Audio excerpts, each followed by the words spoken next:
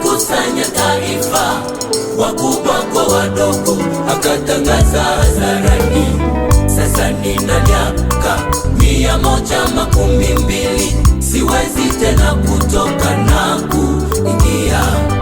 Bwana ameniambia sitavuka Yorodani, sitaingia Kanaani, nchi ya ahadi.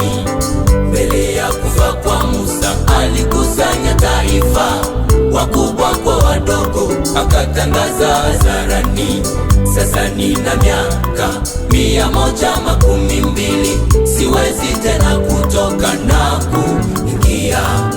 Bwana ameniambia sitavuka Yorodani, sitaingia Kanaani, nchi ya ahadi. Akamuleta Yoshua mbele ya taifa, akatangaza kuwa huyu ndiye kiongozi atakayewaongoza kwenda nchi ya ahadi. Taifa wakaamua kumutii Yoshua. Akamwambia Yoshua mbele ya watu wote, uwe na nguvu na mwenye uhodari, maana utakwenda pamoja na watu hawa. Bwana ameahidi kwenda pamoja nanyi. Bwana ameahidi kwenda pamoja nanyi. Nyuma ya kufa kwa Musa, sauti yake Bwana ikamjia mtumishi wake Yoshua, akasema naye, Musa amekufa, ongoza taifa langu hadi nchi ya ahadi. Nitapanua mipaka yako, hakuna atakayesimama mbele yako. Sitakupungukia, sitakuacha wewe, hakuna atakayesimama mbele yako.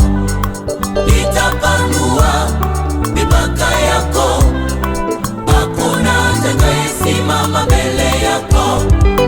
Sitakupungukia, sitakuacha wewe, hakuna atakayesimama mbele yako.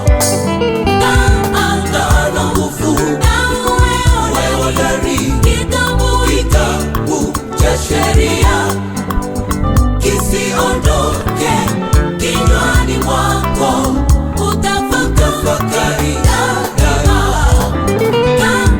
Ana nguvu, wewe hodari, kitabu cha sheria kisiondoke kinywani mwako, utafakari daima.